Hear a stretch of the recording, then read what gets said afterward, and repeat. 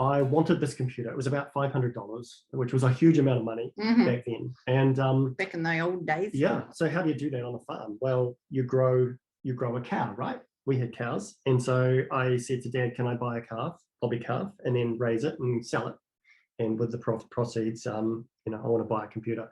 So the cow was named Computer. And he grew up and he became a computer. The second cow was called Printer. So if you're writing stuff down, patience and resilience. We've got 2 words. Are you writing anything? Sorry. Patience and resilience. Got it. Yeah. Really important attributes for an entrepreneur. Yeah. It's really interesting to hear you talk about patience, because it's not something I would necessarily associate with your kind of fast-paced approach to things. Yeah, I think you still you have to sort of give things a long time sometimes. So there's a lot going on, and you try a lot of things and you fail a lot of times, but you sort of still have to have that sort of long-term patience, and it sort of ties that into resilience as well. So patience with resilience combined, it's really important to sort of hold those things through. So Streamtime is essentially a database. Taught myself how to program, as it were, FileMaker, and I built a database to keep track of the film files for my uncle's architectural practice. And I think since that little early days of Claris, I've always been tinkering around with FileMaker databases. I wrote a database for the company I worked for in the UK to track, it was called Aaron's Call Logger, and it was logging all the support calls for a London Apple dealer. Like organization and systemizing things really is something that I really love. Like productivity, having good productivity. I hate inefficiency. We sort of thought we had a product, but we didn't really have a product. What we had was a custom database, and we tweaked that database for every single customer. So what we essentially did is we could count our customers in the first 2 years in one hand, and every single one of them had a slightly different version. And every time we got a new customer, we'd actually kind of improve on the iteration.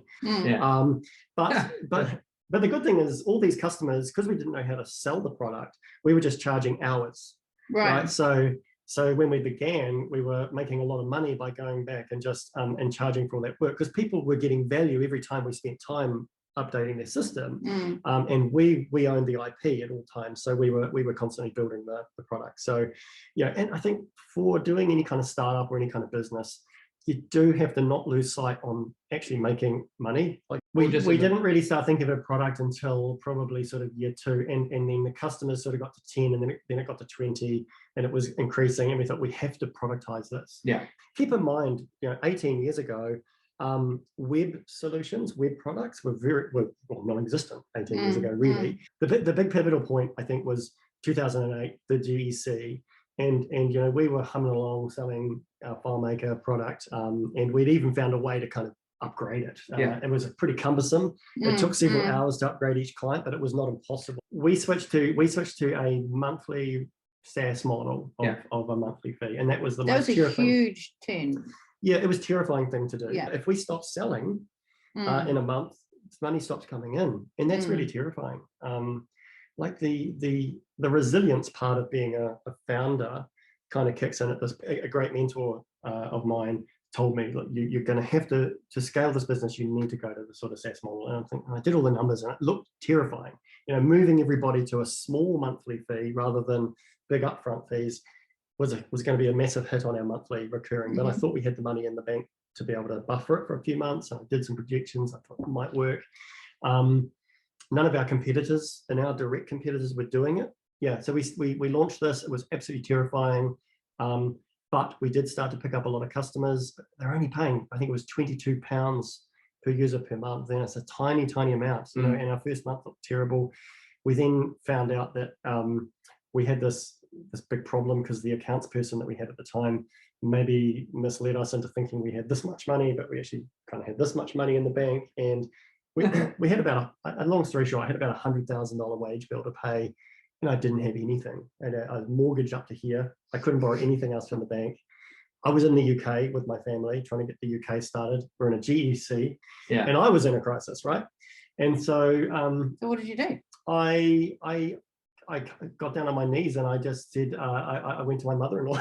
My mother-in-law is she is not a wealthy lady, but she had just received this inheritance, and I literally asked for all of this inheritance that she'd received from her friend to borrow. And I had worked out that I could repay it to her in 6 months with interest. Put this on your business plan. look, it was the worst thing, it was the lowest thing I ever had to do, is to kind of get into the state. But we had momentum, and I could see that this could make or break us. And so she was very kind. She said, look, absolutely. We did it through a lawyer. We did it officially. Like an official loan was drafted. It wasn't a family. It was done by family, but it wasn't a family thing, because the bank wouldn't do it. And I did. I paid her back. Things did start to pick up, started to grow, and we started to become the leading system in the UK and in Australia. And yeah, I suppose the rest is sort of history. But that was a terrifying time. But a lot was happening in the marketplace, and we were still on FileMaker back then. We were pretending we had this SaaS product, as in we were selling it like a SaaS product, but it was actually an installed on-premise tool in FileMaker. And there's a bit of smoke and mirrors to sort of make all that work, but we did. We realized our old product was a dinosaur, and we owned that. We said, it is a dinosaur. We have had it for, at that time, I don't know, for 14, 15 years. Yeah, it's pretty long for a software product. Yeah, we're going to rewrite it from scratch. We're gonna actually rethink it from scratch as well, not just rewrite it. We're rethinking it. Well, the big resounding message that we got right up front was timesheets suck. Like nobody likes doing timesheets. The big problem was we had a timesheet. Our product is a timesheet system, right? And we thought we got to throw away timesheets. So we're basically taking the core of our product, and we're going to throw that away and say we don't want to do timesheets. We found a way to solve that using a smart to-do list, and there's information about that on our website. But I think, and then we sort of went through every other part of the software bit by bit and sort of found out what is it people hate about that and what does it need to look like. And it intimidated our existing customers, because we still had existing customers on our old platform, but they were intrigued. Some of them were early adopters, and they would jump in and they would have a play with it and go, oh, it's kind of cool, but I'm going back to what I have, because old Streamtime has got 15 years of product, there's a lot of stuff that it does. And even though it's a dinosaur, it got the job done. And so they weren't going to change in a great hurry. So, we went through, so this is 2016. So we went through a number of years, 3 or 4 years, where, we're just slowly trying to get new customers on board with the new product.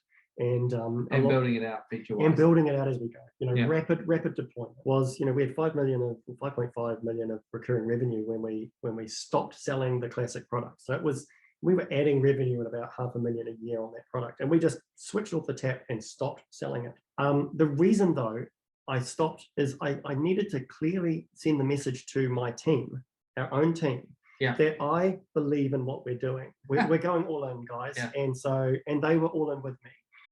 We're now at a point, we've been at that point for a while now, where we've got a mature new product that's growing, that people love. We get people to write these reviews on Capterra, and you read through some of the comments about what people are writing about our product now, and it's just it's heartwarming to think, wow, like they love this product, and as much as we hope they would.